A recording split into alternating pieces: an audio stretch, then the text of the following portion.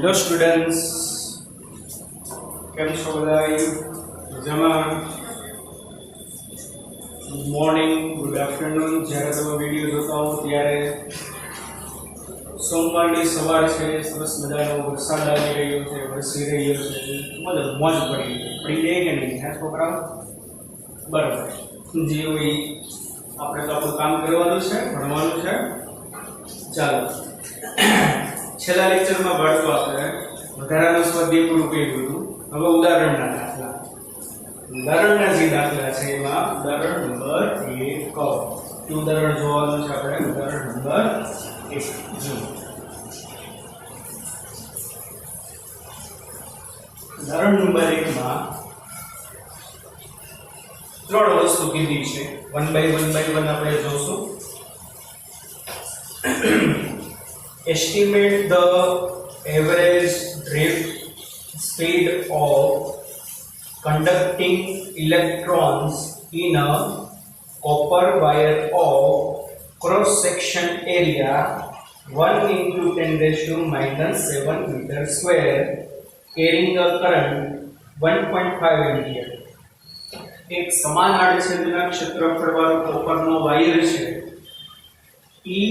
કોપરના વાયરમાંથી electron જે પસાર થતો હશે એ ઇલેક્ટ્રોનનો ડ્રિફ્ટ વેગ શોધવાનો છે. આપણે કોપરના વાયરનું ક્ષેત્રફળ આપેલું છે 10⁻⁷ 1 × 10⁻⁷. ઉદાહરણ પહેલું, એરિયા આપેલો છે 10⁻⁷ મીટર સ્ક્વેર. પ્રવાહ કેટલો પસાર થાય છે? 1.5 એમ્પિયર. કેટલો પ્રવાહ પસાર થાય છે? 1.5 એમ્પિયર. આપણે ઇલેક્ટ્રોનનો વેગ શું કરવાનું છે? માપવાનું. પસાર થતા ઇલેક્ટ્રોનનો. આગળ ડેટા આપેલો છે હજી. assume that each copper atom contributes roughly 1 conducting electron. એટલે તાંબાના વાયરમાં દરેક કોપરનો પરમાણુ તમને એક ઇલેક્ટ્રોન આપે છે. બરાબર? તાંબાના વાયરમાં દરેક કોપરનો પરમાણુ એક ઇલેક્ટ્રોન આપે છે એવું આપણે ધારવાનું છે. આગળ, ડેન્સિટી ઓફ કોપર 9 × 10⁻³ kg/m³. કોપરની ઘનતા આપી છે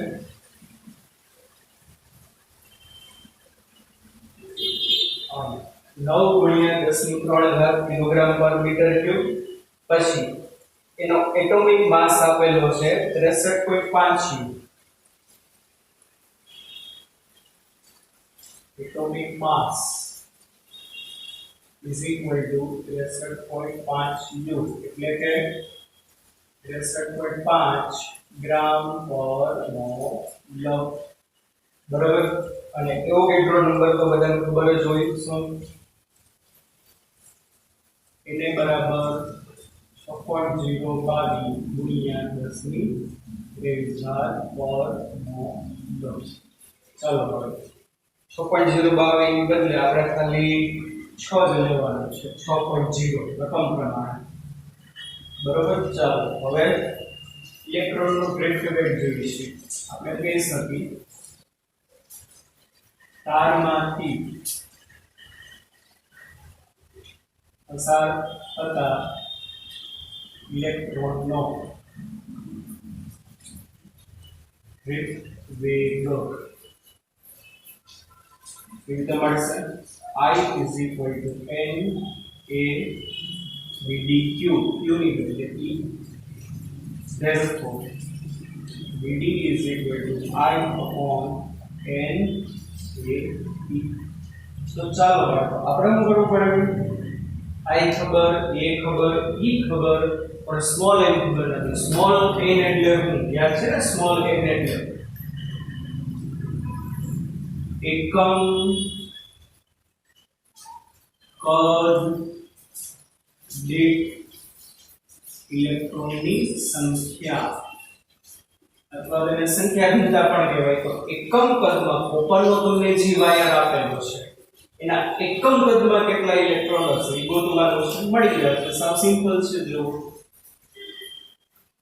તો આટલી વસ્તુ આપણને આપેલી છે, આના ઉપરથી મળશે બરોબર. ચાલો એક વચ્ચે કન્ડિશન આપી કે ભાઈ એક કોપરનો પરમાણુ એક ઇલેક્ટ્રોન આપે, તો કે આપણે શું કરવું પડે, એકમ કદમાં કેટલા ઇલેક્ટ્રોન છે જાણવું છે. તો એકમ કદનું કોપર હોય ને એનું દળ કેટલું એ ખબર પડી જાય, એ દળ ઉપરથી એના કોપરના પરમાણુ કેટલા એ ખબર પડે. અને માની લો 100 કોપરના પરમાણુ આવ્યા તો શું થશે, 100 ઇલેક્ટ્રોન હશે એકમ કદમાં.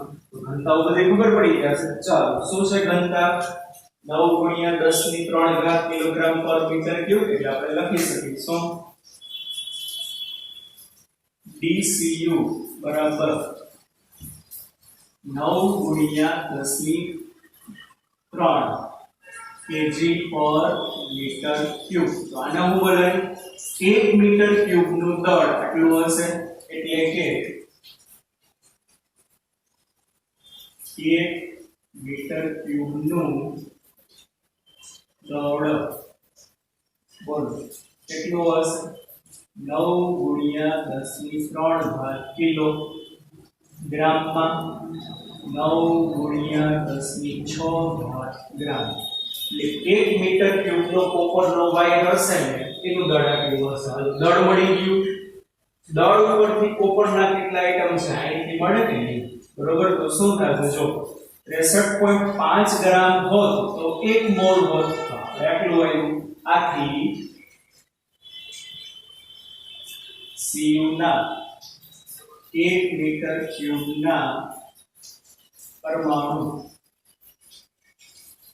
કેટલા થશે, આના ઉપરથી આપણે કહી શકીએ 63.5 ગ્રામ પર મોલ, એટલે 63.5 ગ્રામ માં કેટલા હોય, 6 × 10⁻23. તો આપણે તો દળ કેટલું આવ્યું, 9 × 10⁻⁶ ગ્રામમાં કોપરના કેટલા એકમ, તો MCU બરાબર 6 × 10⁻23 × 9 × 10⁻6 ના છેદમાં 63.5 બરાબર. હાલ આનું જો તમે સાદુરૂપ આપશો એટલે 8.5 × 10⁻23 આવશે.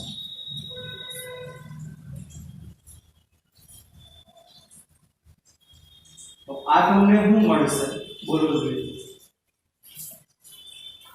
આટલા ગ્રામ કોપરમાં રહેલા કોપરના પરમાણુની સંખ્યા, પણ આટલા ગ્રામ કોપર હોય પદ કેટલું હોય, 1 મીટર ક્યુબ હોય કે નહીં, એટલે કે 1 મીટર ક્યુબ માં 8.5 × 10⁻28 કોપરના પરમાણુ હોય. રકમમાં કીધું છે દરેક પરમાણુ 1 ઇલેક્ટ્રોન આપે છે. રકમ મુજબ દરેક પરમાણુ 1 ઇલેક્ટ્રોન આપે માટે n બરાબર શું થશે, 8.5 × 10⁻23 ઇલેક્ટ્રોન. આટલા ઇલેક્ટ્રોન હશે 1 મીટર ક્યુબમાં. બસ મળી ગયું, મૂકી દો. માટે VD બરાબર 1.5 આની વેલ્યુ 13 એટલે 8.5 × 10⁻22 એને ગુણ્યા a એટલે 10⁻⁷ એને ગુણ્યા e એટલે 1.6 × 10⁻19 એટલે તમને VD મળશે. બરોબર. VD કેટલો આવશે, 1.1 ગુણ્યા 10⁻³ મીટર પર સેકન્ડ. એટલે નામે લખાય 1.1 મિલીમીટર પર સેકન્ડ. ઇલેક્ટ્રોનનો રિફ્રેક્ટ પડી ગયો બરોબર કોપરના તારમાં. ચાલો એક વસ્તુ પૂરી. બીજું શું કીધું છે બોલો compare the drift speed obtained above with એટલે આપણી આ જે ડ્રિફ્ટ વેલોસિટી આવી ને એ તમારે સરખામણી કરવાની છે કોના હારે એમાં પહેલું thermal speed of copper atom at ordinary temperature બરોબર ચાલો એમાં બીજું b માં પહેલું આ ડ્રિફ્ટ વેલોસિટીની સરખામણી કોપરના એક પરમાણુની થર્મલ સ્પીડ સાથે કરવાની છે નોર્મલ ટેમ્પરેચર એટલે રૂમ ટેમ્પરેચર તો આપણે કહી શકીએ શું કોપરના એક પરમાણુની ઝડપ રૂમ તાપમાને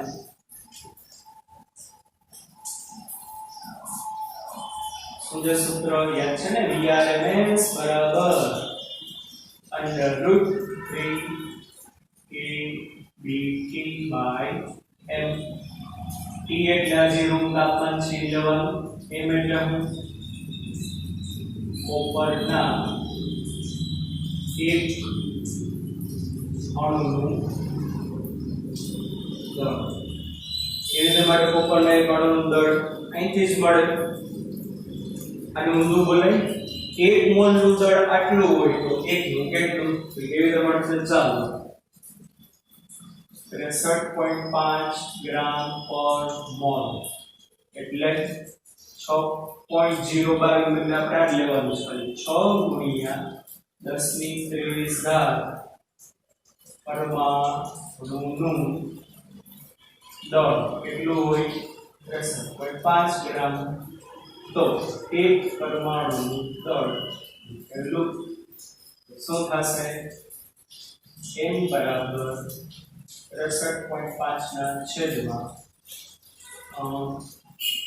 6 ગુણ્યા 10 ની 23 ઘાત એટલું આવશે બાળકો ચાલો અને આ જે આવશે ગ્રામમાં આવશે આપણે તો બધું SI માં હોય એટલે 63.5 ગુણ્યા 10 ની -3 ના છેદમાં 6 ગુણ્યા 10 ની 23 આ કિંમત મૂકી દેવાની માટે કોપરના એક પરમાણુનું સામાન્ય તાપમાને ઝડપ Vrms બરાબર √3 kB એટલે બોલ્ટમેન અચળાંક 1.38 ગુણ્યા 10 ની -23 એને ગુણ્યા રૂમ ટેમ્પરેચર 27 સેલ્સિયસ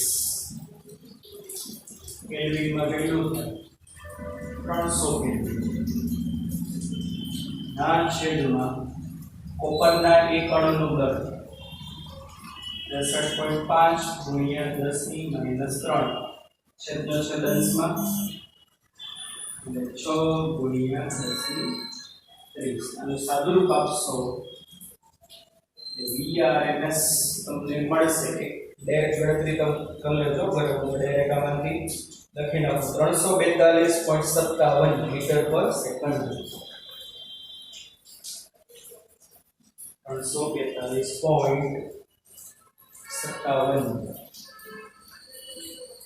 મીટર પર સેકન્ડ તો કોપરનો એક અણુ હશે ને રૂમ ટેમ્પરેચર આટલી સ્પીડથી ગતિ કરતો હશે તો આપણે શું કરવાનું છે ઇલેક્ટ્રોનની ડ્રિફ્ટ વેલોસિટીની કમ્પેરિઝન આની સાથે કરવાની છે માટે શું થશે Vd/Vrms આ Vd કોની છે ઇલેક્ટ્રોનની Vrms કેવી છે એટમની બરાબર Vd કેટલું આવ્યું 1.1 mm એટલે 1.1 ગુણ્યા 10 ની -3 છેદમાં 342.57 તમે આની કમ્પેરિઝન કરશો સાદુરૂપ આપશો એટલે 0.301 ગુણ્યા 10 ની -5 આવે તો આને તમે અવગણી નાખો જો તમે એને અવગણો તો શું થશે ડ્રિફ્ટ વેલોસિટી ઓફ ઇલેક્ટ્રોન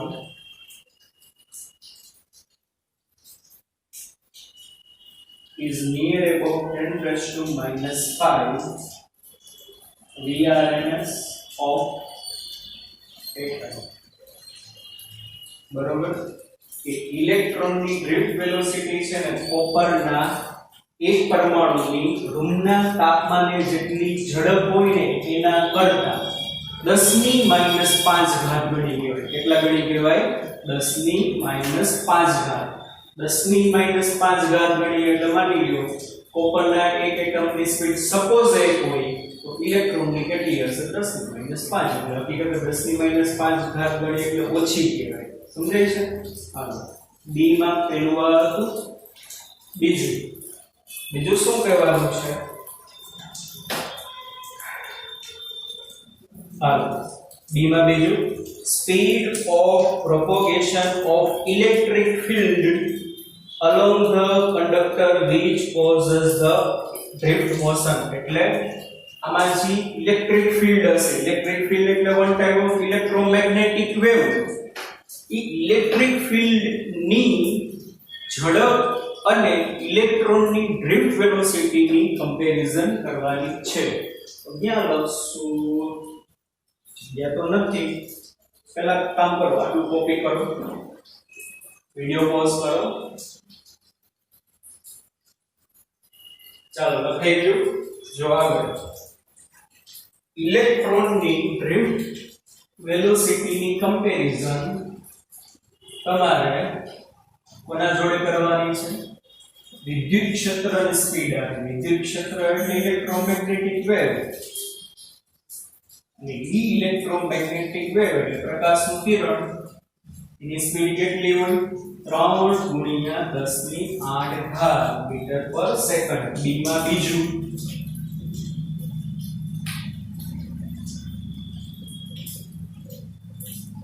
વિદ્યુત ક્ષેત્ર ની ઝડપ કેટલી હોય?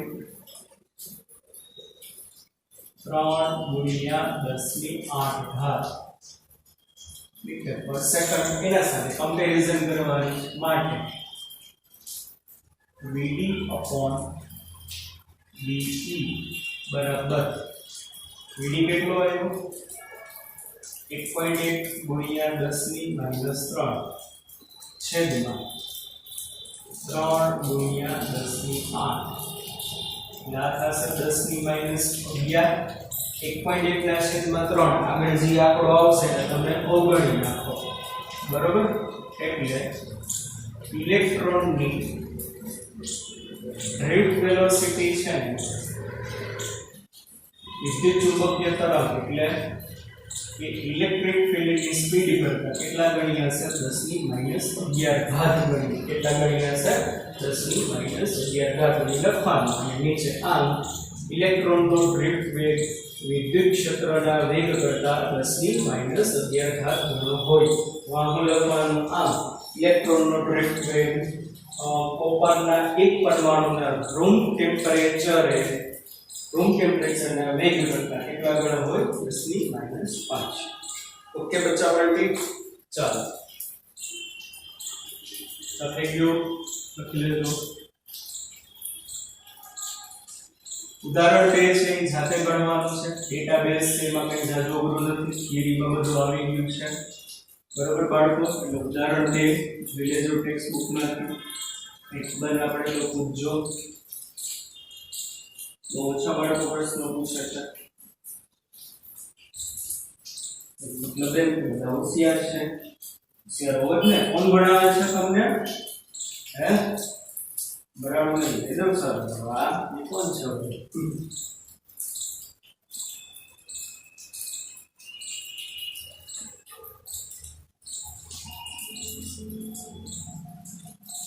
ચાલો ઉદાહરણ 3. આપણા મિત્રો શું કરે છે ભાઈ? એ ગ્રુપમાં આપણો રાજકુમાર, પછી આપણો કાળુ 1, કાળુ 2, બરોબર, આપણો ભૂરો, બરોબર, એ બધા બધામાં ને? હા તો સારું. આ સાઈડ બધી ગર્લ્સ બેસતી, એમાં ઓલી અમાર બરેની લાલ સ્વેટર પહેરી આવતા શિયાળામાં, એ બધા મજામાં ન બધા બી ગ્રુપના બાળકો આપણા બધા તો વન નામ ભૂલે ગયું મોરબી સાઈડનો શાહનવાજ હુસૈન શું નામ છે ઈ પછી પ્રદેશમાં આપણી કાળી ગટ્ટુ બરોબર પછી આપણો ઓલો બી ગ્રુપમાં પણ છોકરા આપણે ગાયક કલાકાર કંઈક કહેતા હનીસિંહ જેવું કંઈક કહેતા ને બાદશાહ જવાન બધા છોકરા હા તો સારું યાદ કરતા રહેજો ભૂલી ના જતા હો ચાલો ઉદાહરણ 2 હોમવર્કમાં ઉદાહરણ 3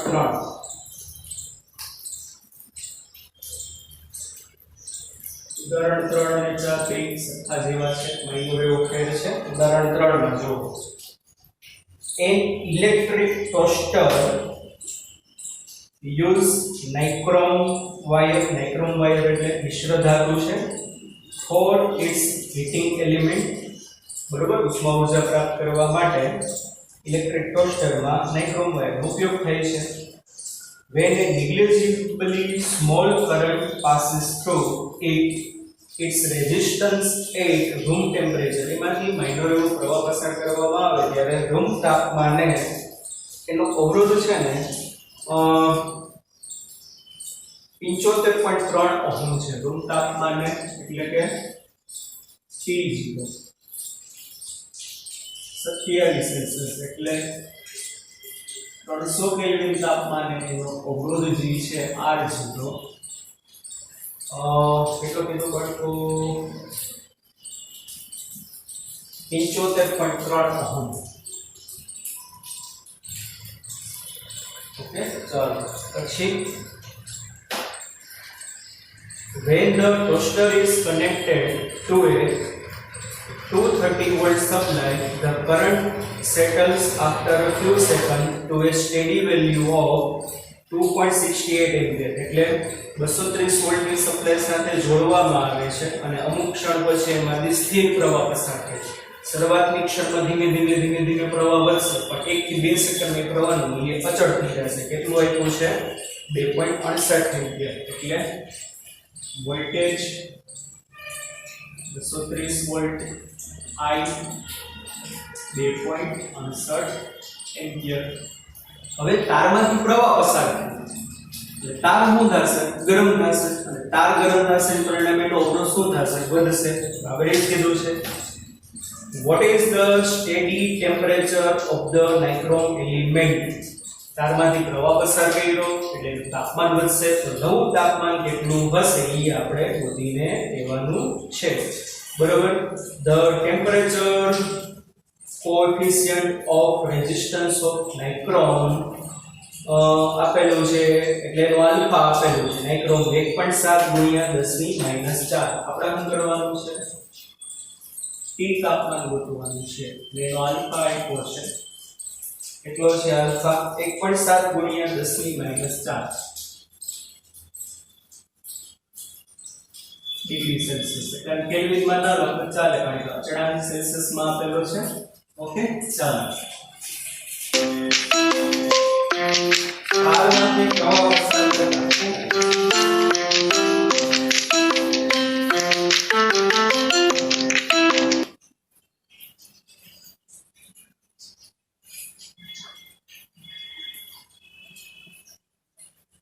તારમાંથી પ્રવાહ પસાર કરતા તાર ગરમ થશે અને એનું તાપમાન T છે તારમાંથી I એમ્પિયર પ્રવાહ પસાર કરતા તાપમાન T થાય છે આ તાપમાને તેનો અવરોધ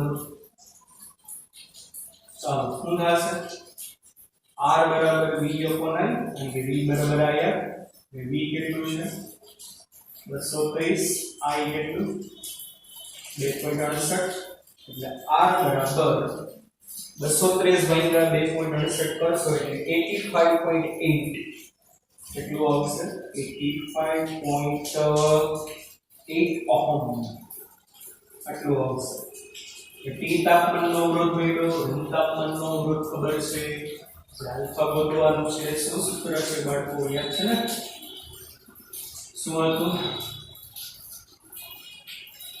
आजा के r बराबर r0 into bracket 1 plus alpha t minus t0 આના પરથી આપણે શું મેળવ્યું હતું t minus t0 બરાબર r minus r0 ના છેદમાં r0 alpha और દાખલા લીધા છે આપણે therefore t બરાબર r minus r0 ના છેદમાં r0 alpha plus t0 મૂકી દો value r value 85.8 minus r0 કેટલો 75.3 છેદમાં 75.3 into alpha કેટલો 1.7 into 10 raised to minus 4 અને plus T0 શરૂઆતનું તાપમાન 27 ડિગ્રી સેલ્સિયસ આનું સાદુરૂપ આપશો બાળકો બરોબર એટલે જવાબ તમારો આવશે 847 ડિગ્રી સેલ્સિયસ ઓકે ચાલો माइक निकली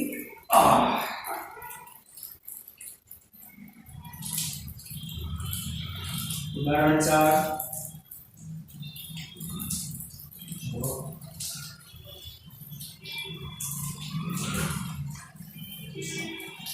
4 માં શું કીધું છે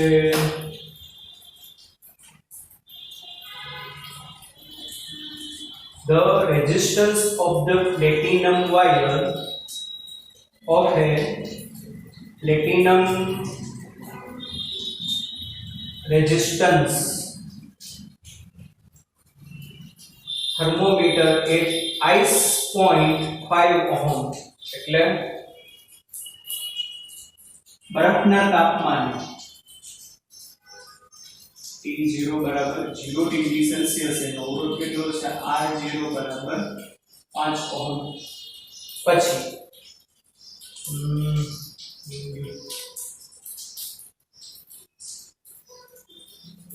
it is steam point 5.23 ohm એટલે વરાળના તાપમાને 5.23 ઓહમ છે પછી આગળ શું કીધું આગળ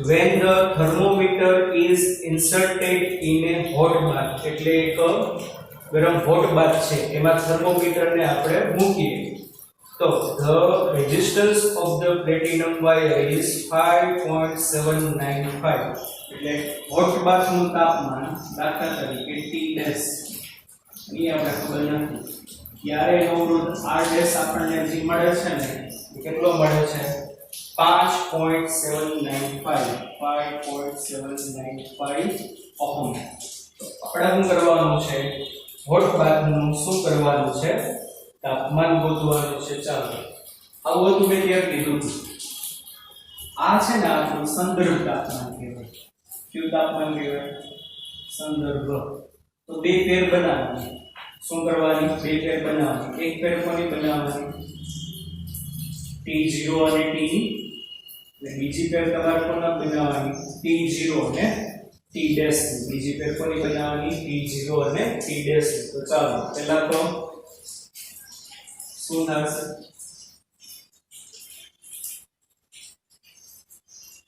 બરફ અને વરાળ માટે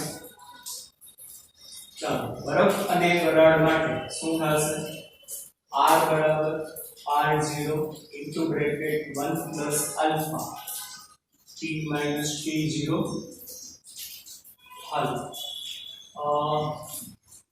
R बराबर R0 plus R0 alpha T minus T0 એટલે આ R આ બાજુ આવે એટલે R minus R0 એના બરાબર R0 alpha T એટલે વરાળનું તાપમાન T0 એટલે બરફનું તાપમાન 100 - 0 રેડી અને આ શું થશે R - R0 બરાબર 100 R0 I સમીકરણ 2 સમીકરણ 1 હવે ફેર કોઈ બનાવવાની બરફ અને હોટ બાથની બરફ અને હોટ બાથ માટે એક પરથી ચાલો સમીકરણ એક પરથી શું થશે આને તો આ બાજુ ગયું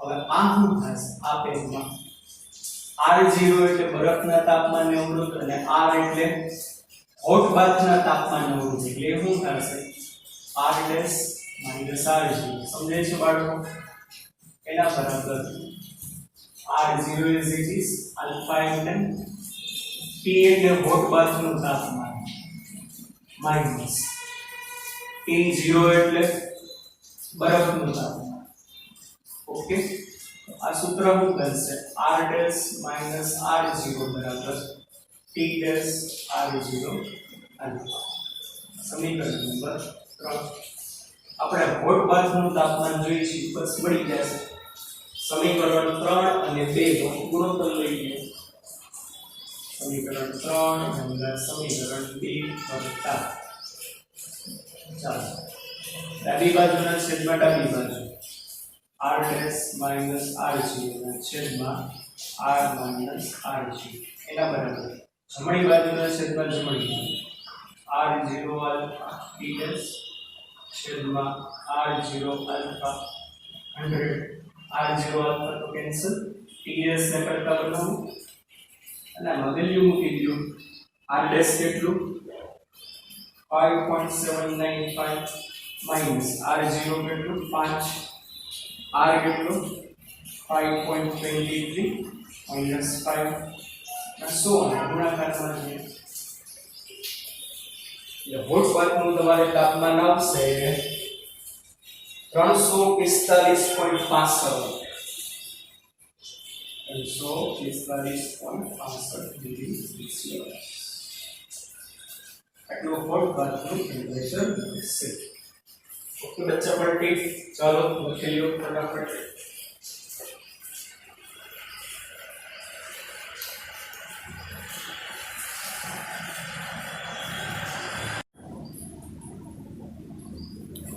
ચાલો લખો ઉદાહરણ નંબર 5 10 મજાનું છે યંગ યુ 10 મજાનું ઉદાહરણ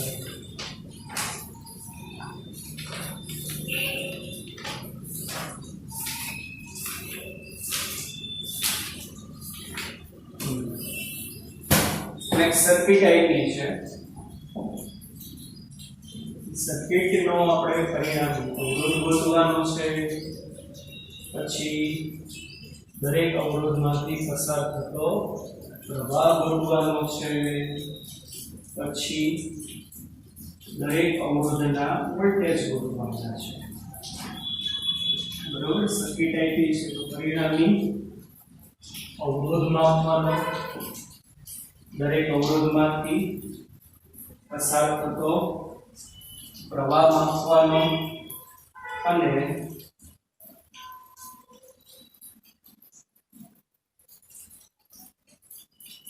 દરેક અવરોધના વોલ્ટેજ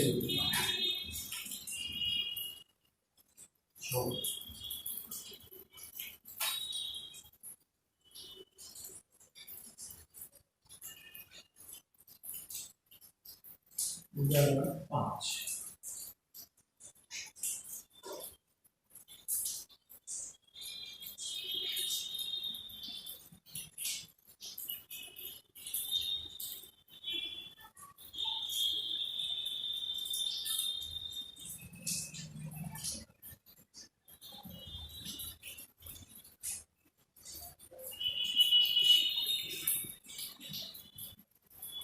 4 4 1 12 6 4 ઓહમ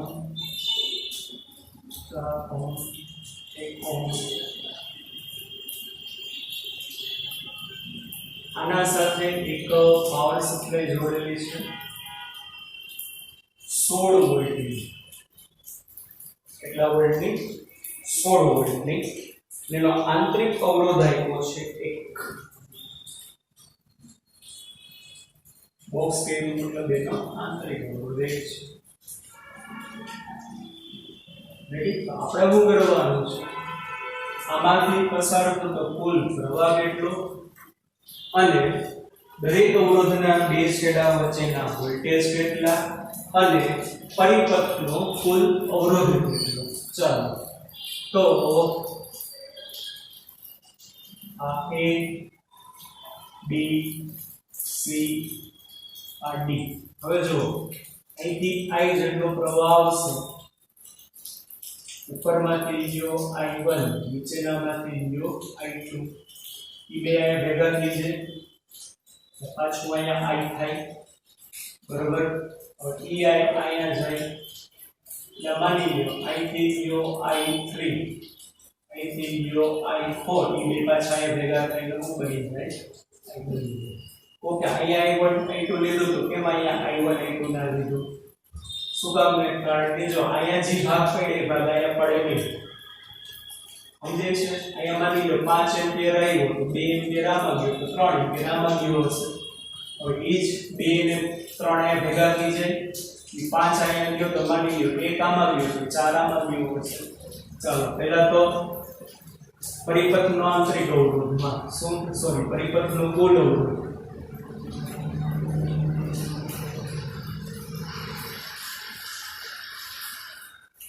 સૌથી બાળકો A અને B ની વચ્ચે 4 વાર કેમાં છે સમાંતરમાં છે તો AB ભાગનો અવરોધ AB ભાગનો અવરોધ RAB બેનો ગુણાકાર છેદમાં બેનો સરવાળો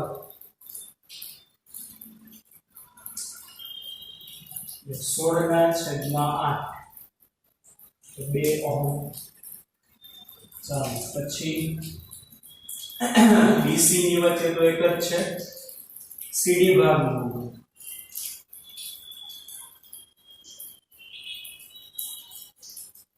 શું થશે RCD CD ની વચ્ચે આ બે સમાંતરમાં છે બરોબર 12 અને 16 બેનો ગુણાકાર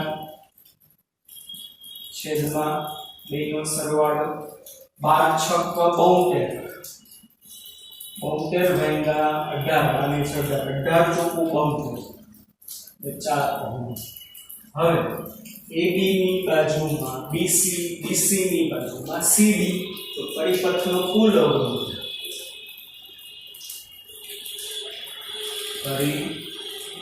પરિપથનો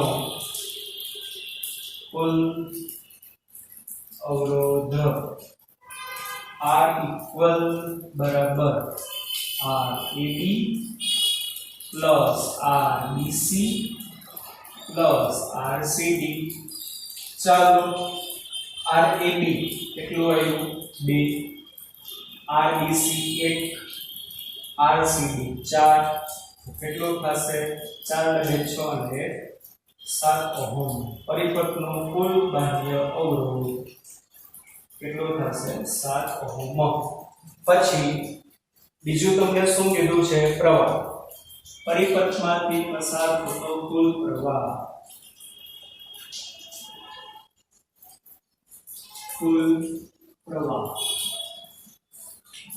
E is equal to I R plus R લેવું પડે બાહ્ય અવરોધ લઈ લેવાનો જો બેટરીનો આંતરિક અવરોધ ન આવ્યો હોય તો નહીં લેવાનો પણ આમાં તો ચોખવટ કરેલી છે કે બેટરીનો આંતરિક અવરોધ 1 છે બરોબર એટલે લેવો પડે અને અવરોધનો તો સરવાળો થઈ આપણે જોઈ ગયા છીએ એટલે I બરાબર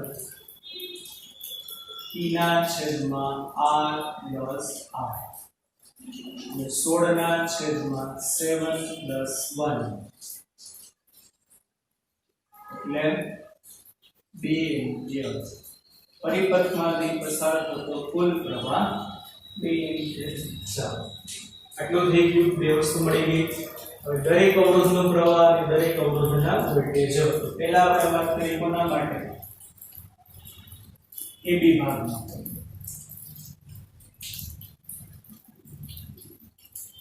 ચાલો આવું છે.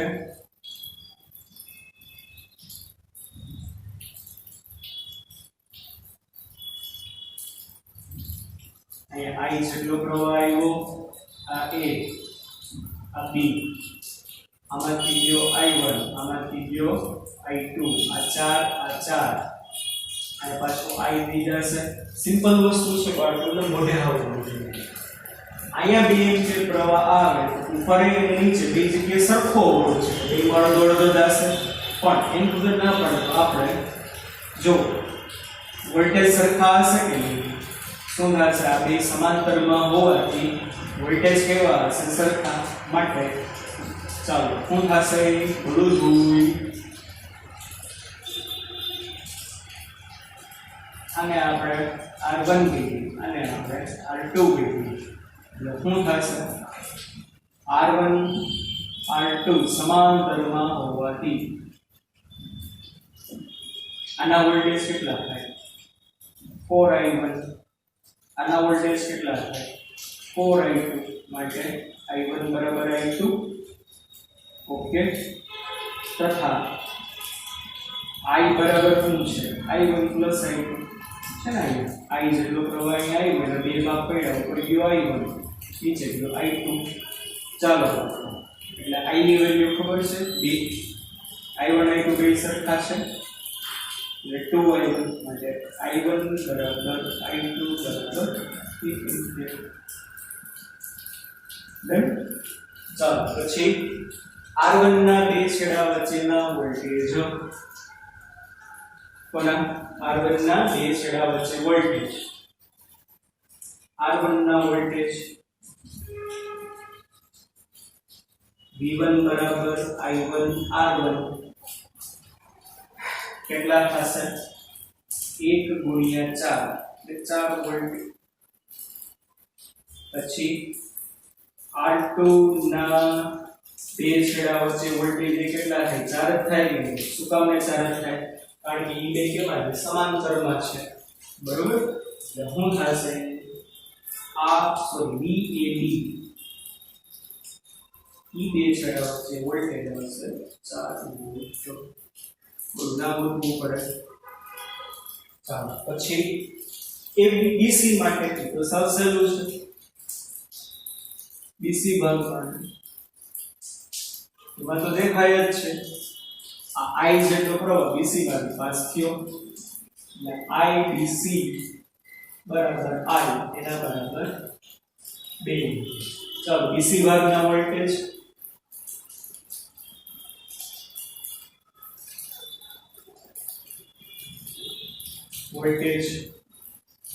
VBC બરાબર શું થાય? IBC * R. IBC બે છે, R કેટલો છે? કેટલા આવશે? 2 વોલ્ટ. ઓકે બાળકો.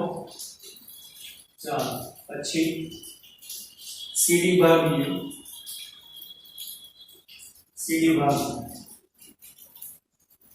આવું છે.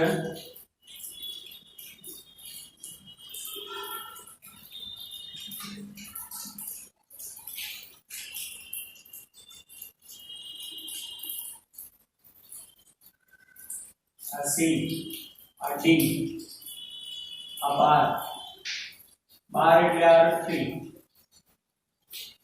6 એટલે R4. અહીંથી કેટલો ગયો? I3. અહીંથી કેટલો ગયો? I4. અહીંયા આવ્યો કેટલો? I એન્ટર થયો ને. ચાલો હવે I3 I4 ની વેલ્યુ જોઈ છે. શું થશે? R3 ને R4 સમાંતરમાં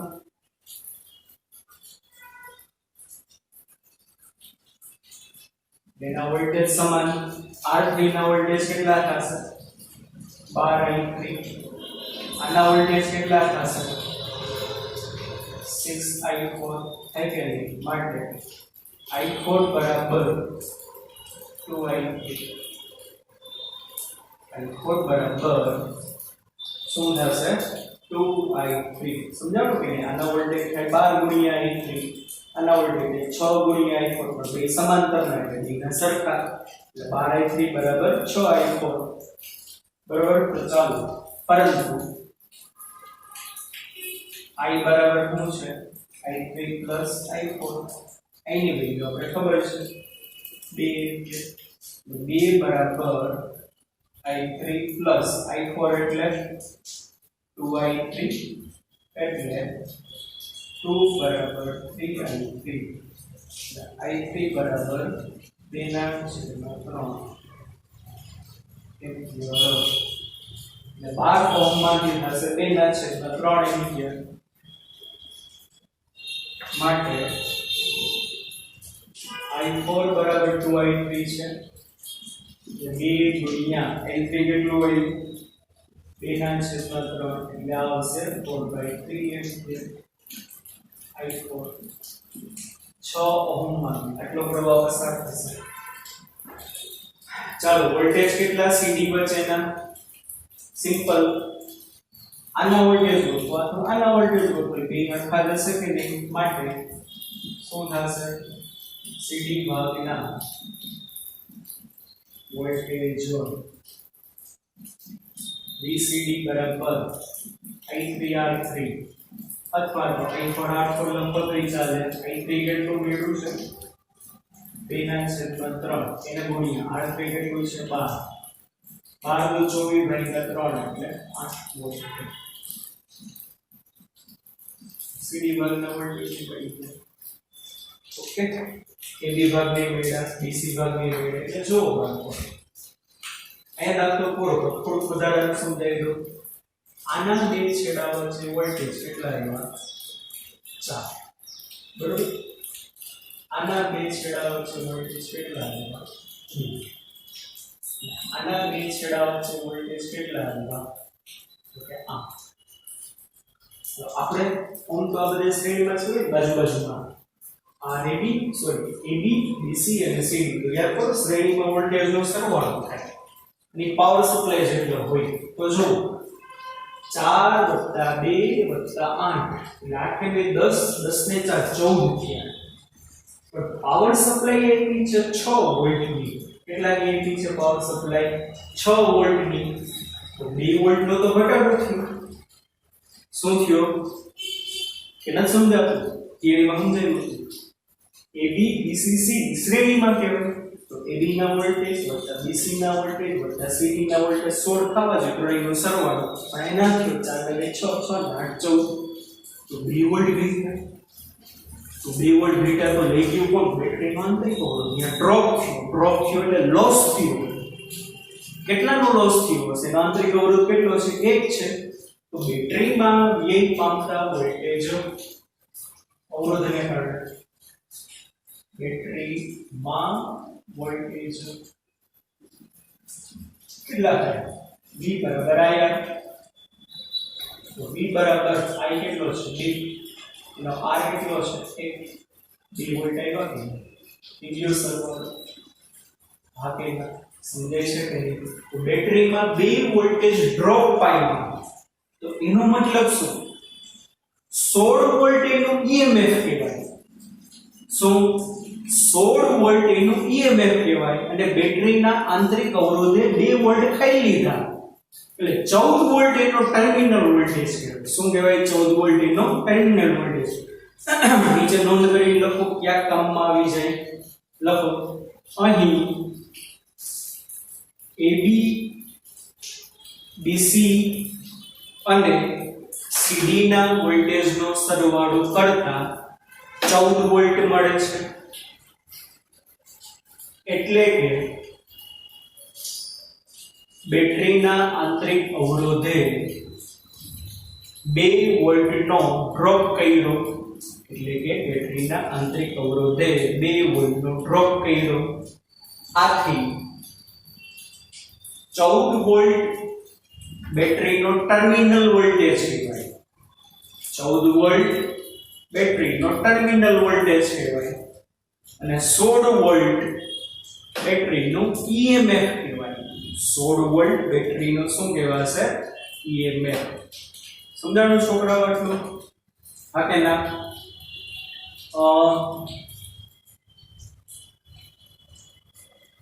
પપ્પા તમને 100 રૂપિયા આપે પપ્પા તમને કેટલા રૂપિયા આપે 100 રૂપિયા આપે એ 100 રૂપિયામાંથી તમે 20 રૂપિયાની કટકી કરી લ્યો શું કરી લ્યો 20 રૂપિયાની કટકી કરી લ્યો ખીચાવા નાખી લ્યો એટલે ડ્રોપ થયો કહેવાય એટલો બરોબર તો માંથી EMF એટલે ઇલેક્ટ્રોમોટિવ ફોર્સ આપણે જોઈ ગયા કાર્ય કરવા માટે કેટલી ઊર્જા મળી કેસનો નિયમ 100 રૂપિયા મળ્યા પણ 20 રૂપિયા પોતાએ ખાઈ લીધા આંતરિક અવરોધને કારણે તો 80 વોલ્ટ વધ્યા 80 વોલ્ટ એટલે 80 રૂપિયા વધ્યા ઈ ટર્મિનલ વોલ્ટેજ છે સમજો સાવ સિમ્પલ છે સાવ સરળ ભાષામાં સમજાવી દઉં સરસ મજાનું સો ટર્મિનલ વોલ્ટેજ અને EMF માં જે ગણતરી કરવી પડે આપણે ઘણીવાર એમ કહીએ છીએ ટર્મિનલ વોલ્ટેજ એટલે બોલ્યા યાદ છે અવરોધના જેટલા વોલ્ટેજ આવે એવું આપણે ઘણીવાર બોલ્યો છે યાદ હોય તો અવરોધના બે છેડા વચ્ચેના જેટલા વોલ્ટેજ આવે ને એને ટર્મિનલ વોલ્ટેજ કહેવાય તો ઈ જ મળ્યા કે નહીં